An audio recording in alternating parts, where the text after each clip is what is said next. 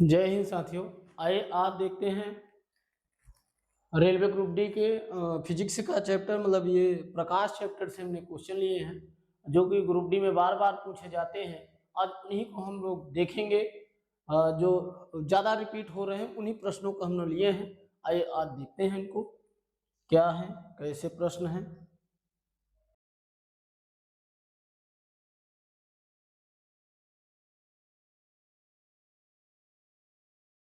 जैसे पहला प्रश्न है, प्रकाश की गति क्या है। प्रकाश की गति क्या है। गति मतलब चाल पूछ रहा है। गति मतलब क्या पूछ रहा है, चाल पूछ रहा है। चाल पूछ रहा है।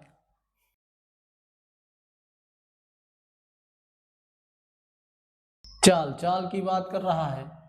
देखिए, प्रकाश की चाल अगर निर्वात की बात करेंगे, निर्वात निर्वात की बात करेंगे तो 3 गुणित 10 में घाटे 8 मीटर प्रति सेकंड होता है। तो प्रकाश की वास्तविक चाल यही होती है। किसी कोई माध्यम यहाँ पे नहीं है। अब प्रकाश हर माध्यम में चल सकता है, किसी की माध्यम की जरूरत नहीं है। चाहे ठोस हो, चाहे द्रव हो, चाहे गैस हो, चाहे निर्वात हो, प्रकाश हर जगह चल सकता है। इसका ऑप्शन जो सही है, ऑप्शन नंबर बी, 3 गुणित 10 पे घाते 8 मीटर पर सेकंड है। चलिए दूसरे प्रश्न देखते हैं। नेक्स्ट, परावर्तन का नियम किस पर लागू होता है। देखो, परावर्तन का नियम, परावर्तन मतलब होता है रिफ्लेक्शन। रिफ्लेक्शन मतलब देखिए, जैसे ये कोई परावर्तक सतह है, परावर्तक सतह है, परावर्तक सतह है। ये क्या है, इसका नॉर्मल है, नॉर्मल अभिलंब।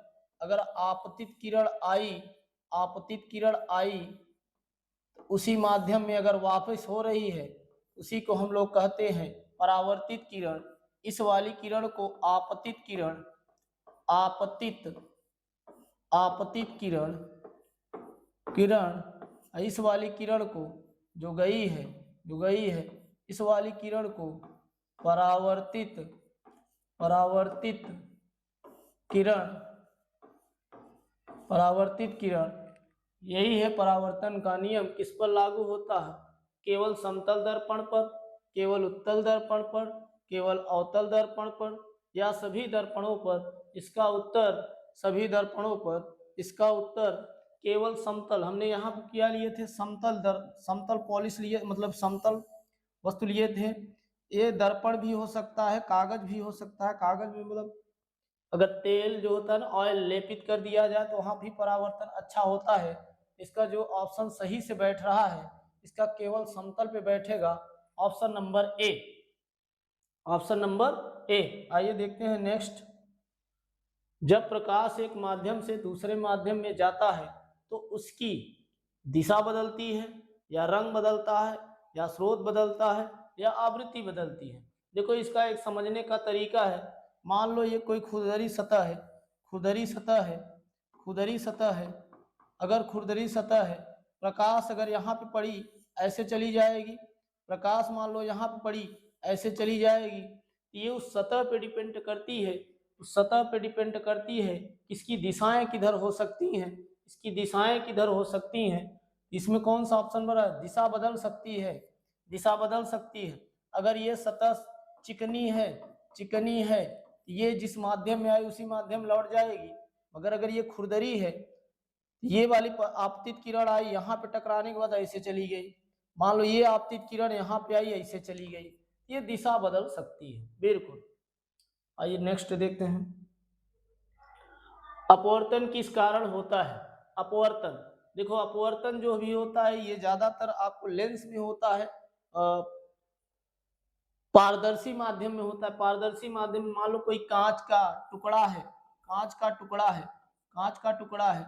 मान लो इधर से प्रकाश आई, या तो ये अभिलंब, ये इसका क्या है, नॉर्मल है, या तो अभिलंब से दूर जाएगी, या तो अभिलंब के पास आएगी, अभिलंब से दूर जाएगी, या अभिलंब के पास आएगी।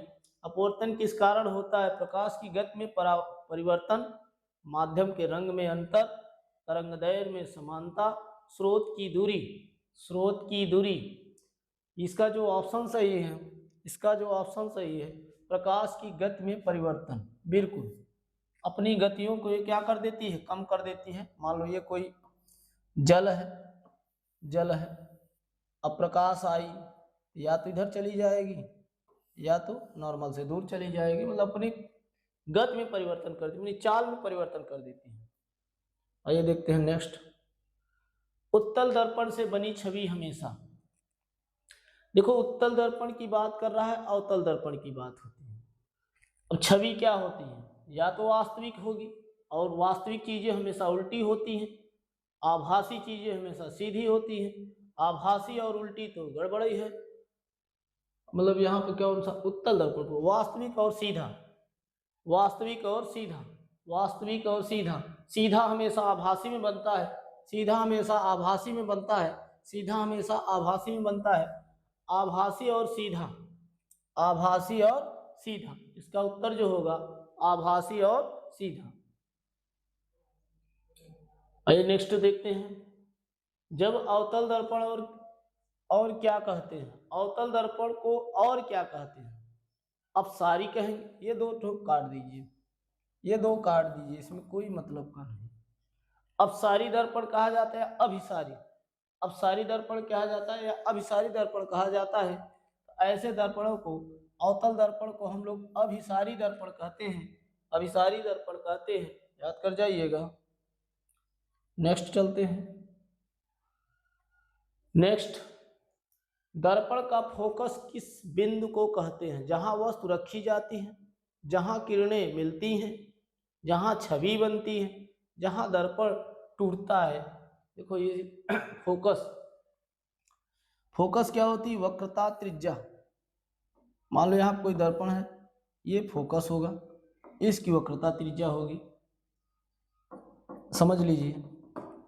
इसका क्या होगा, जहां वस्तु रखी जाती है, जहां किरणें मिलती हैं, इसका ऑप्शन जो सही है इस दर्पण का, जहां पे किरणें मिलती हैं, जहां पे किरणें मिलती हैं, ऑप्शन नंबर बी, जहां पे किरणें मिलती हैं उसी बिंदु को फोकस कहा जाता है। ये डिपेंड करता है दर्पण के ऊपर।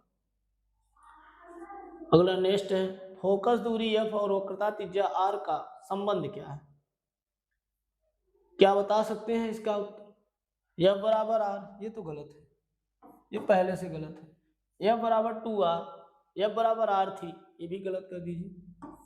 दो तो गलत हो गए, दो में आंसर कौन सा होगा, दो में आंसर कौन सा होगा, दो में आंसर एफ बराबर r/2 होती है, एफ बराबर r/2 होती है, क्योंकि वक्रता त्रिज्या की दुगनी, वक्रता त्रिज्या की दुगनी फोकस होती है, वक्रता त्रिज्या की दुगनी फोकस होती है, वक्रता त्रिज्या के आधी, वक्रता त्रिज्या का आधी, सॉरी वक्रता त्रिज्या के आधी फोकस होती है। अगर इधर से लेंगे, मान लो यहाँ पे कोई दर्पण है, कोई दर्पण है, कोई दर्पण हो, जैसे इसको इरेज कर दूं थोड़ा सा था,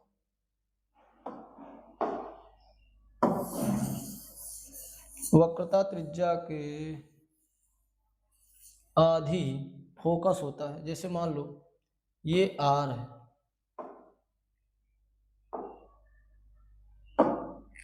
ये आर है, यहाँ पे फोकस होता है, यहाँ पे दर्पण होता है।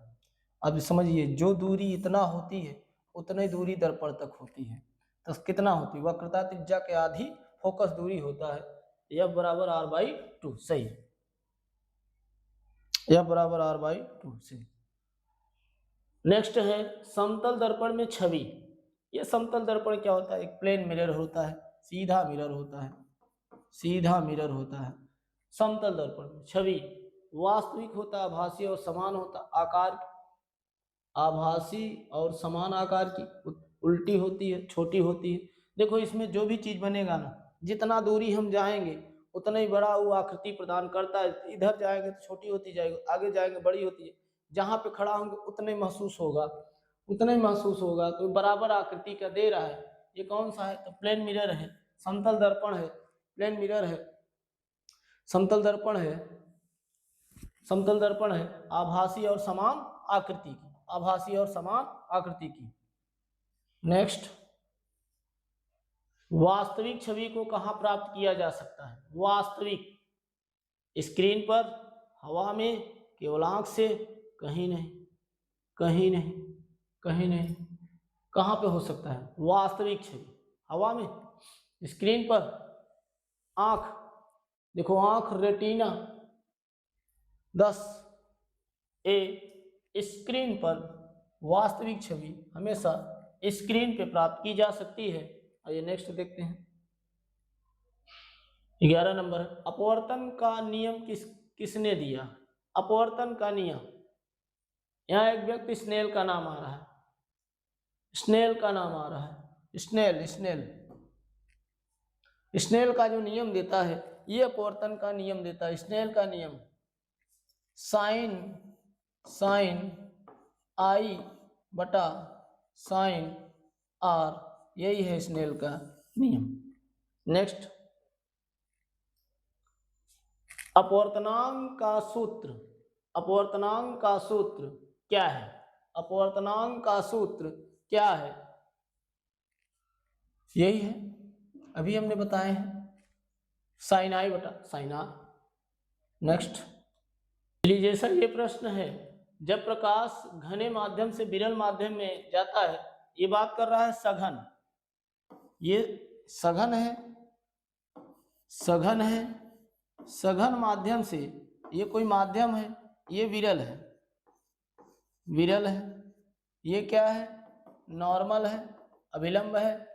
अगर कोई प्रकाश की किरण आई, प्रकाश की किरण आई, ये सामान्य से हटकर मुड़ता है, सामान्य से हटकर मुड़ता है, सामान्य से हटकर मुड़ता है, सामान्य से हटकर मुड़ता है, सामान्य से हटकर मुड़ता है। इसका ऑप्शन जो सही होगा, option number B, option number B correct होगा। चलो आगे चलते हैं।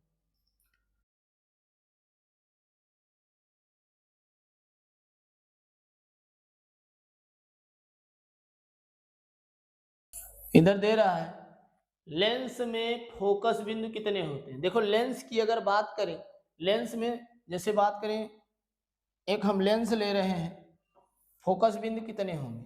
सर ये क्या है? मुख्य अक्ष है, एक फोकस इधर होता है, एक फोकस इधर होता है। सर कितने फोकस होते हैं? 2 होते हैं। कितने होते हैं? 2 होते हैं। कितने होते हैं? 2 होते हैं, 2। ऑप्शन नंबर बी करेक्ट है। चलो नेक्स्ट चलते हैं। अवतल लेंस से बने वाली छवि कैसी होती? अवतल लेंस की बात कर रहा है, अवतल लेंस से बनी छवि कैसी होती है? अब देखो एक तो दिया है वास्तविक और उल्टी, आभासी और सीधी, वास्तविक और सीधी, कोई नहीं। देखो ये वास्तविक और सीधी तो गलत है, पहला नंबर ये तो हो नहीं सकता। 2 में आंसर है, 2 में आंसर है, 2 में आंसर है आभासी और सीधा, आभासी और सीधा। चलिए नेक्स्ट चलते हैं। यहां पर दिया है, यहां पर दिया है उत्तल लेंस को क्या कहते हैं? उत्तल लेंस को क्या कहते हैं? उत्तल लेंस को क्या कहते हैं? उत्तल लेंस को क्या कहते हैं? शून्य लेंस, इसको काट दीजिए, इसको काट दीजिए, इसको भी काट दीजिए। 2 बचे हैं, 2 बचे हैं, 2 बचे हैं। उत्तल लेंस को क्या कहते हैं?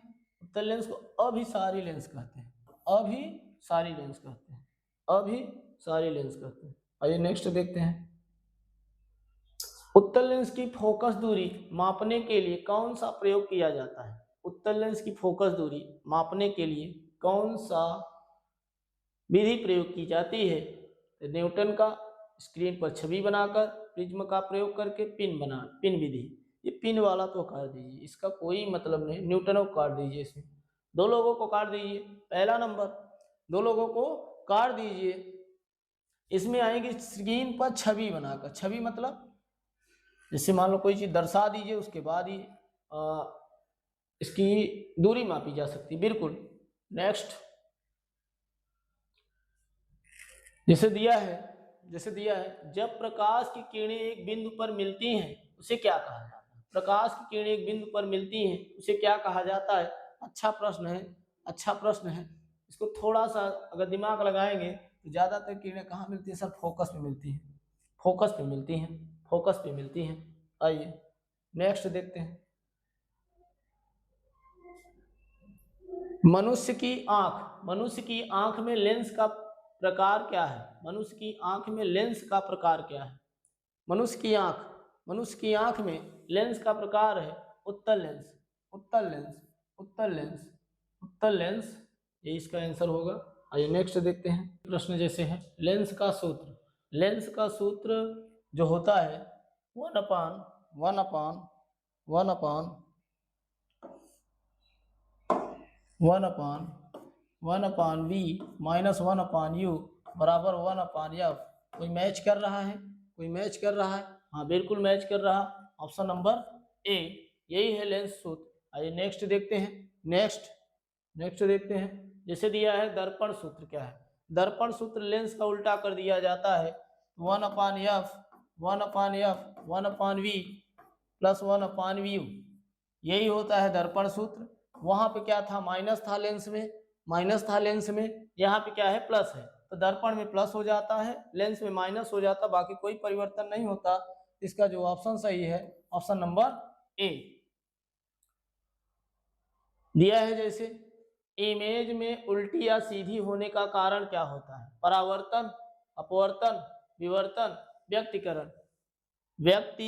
व्यक्तीकरण, विवर्तन, अपवर्तन, परावर्तन, कौन सा कारण हो सकता है इमेज को उल्टी या सीधी होने का कारण? इमेज को उल्टी या सीधी होने के कारण इसमें जो होगा ये परावर्तन पे डिपेंड करता है, परावर्तन पे डिपेंड करता है इमेज सीधी होगी या उल्टी होगी। चलिए नेक्स्ट देखते हैं। नेक्स्ट है जैसे सूर्य की किरणों से जलने का कारण क्या है? सूर्य की किरणों से जलने का कारण क्या है? अपवर्तन, ऊर्जा का अभिसरण, विकिरण, परावर्तन, कौन सा कारण हो सकता है? कौन सा कारण हो सकता है? कौन सा कारण? तो ये ऊर्जा का अभिसरण होता है जिसके कारण जलने का महसूस होने लगता है स्किन हम लोग को। ऊर्जा, प्रकाश क्या है? एक प्रकार की ऊर्जा है। नेक्स्ट दिया है जब प्रकाश शून्य से वायु में प्रवेश करता है उसकी गति क्या होगी? तो एक चीज तो समझो, अगर शून्य का मतलब होता है निर्वात, अगर निर्वात से किसी माध्यम में प्रवेश करेगी तो 100% कुछ न कुछ तो परिवर्तन जरूर होगा। बढ़ने की संभावना तो नहीं दिखाई दे रही है मगर घटने की संभावना ज्यादा दिखाई देती है, घटने की संभावना ज्यादा दिखाई देती है। वायु का मतलब क्या होता है? वायु में अब निर्वात में प्रकाश की चाल क्या थी? निर्वात में प्रकाश की चाल थी 3 × 10⁸ मीटर प्रति सेकंड, 8 मीटर प्रति सेकंड। अब इस माध्यम से मान लो इस वायु में आई तो वायु में आपको पता है धूल कण होंगे, कण होगा, गैस होगी,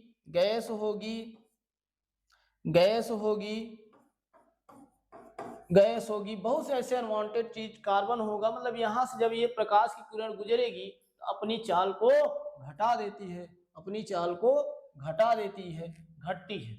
आइए नेक्स्ट देखते हैं। जब प्रकाश पूर्ण रूप से परावर्तित हो जाता है उस घटना को क्या कहते हैं? उस घटना को क्या कहते हैं? जब प्रकाश पूर्ण रूप से परावर्तित हो जाता है मतलब एकदम रिफ्लेक्शन हो जाए तो उस घटना को क्या कहते हैं? तो पूर्ण परावर्तन कहेंगे, अपवर्तन तो कहेंगे नहीं क्योंकि ये लेंस पे लागू होता है। ये तो काट दीजिए, विवर्तन भी काट दीजिए, बचा विकिरण। अपूर्ण परावर्तन, पूर्ण परावर्तन, पूर्ण परावर्तन, यही है इसका आंसर। पूर्ण परावर्तन, यही है इसका आंसर, यही है इसका आंसर। अगर आपको वीडियो पसंद आया हो तो आप लाइक करिए, शेयर करिए, कमेंट करिए, सब्सक्राइब करिए। धन्यवाद। जय हिंद।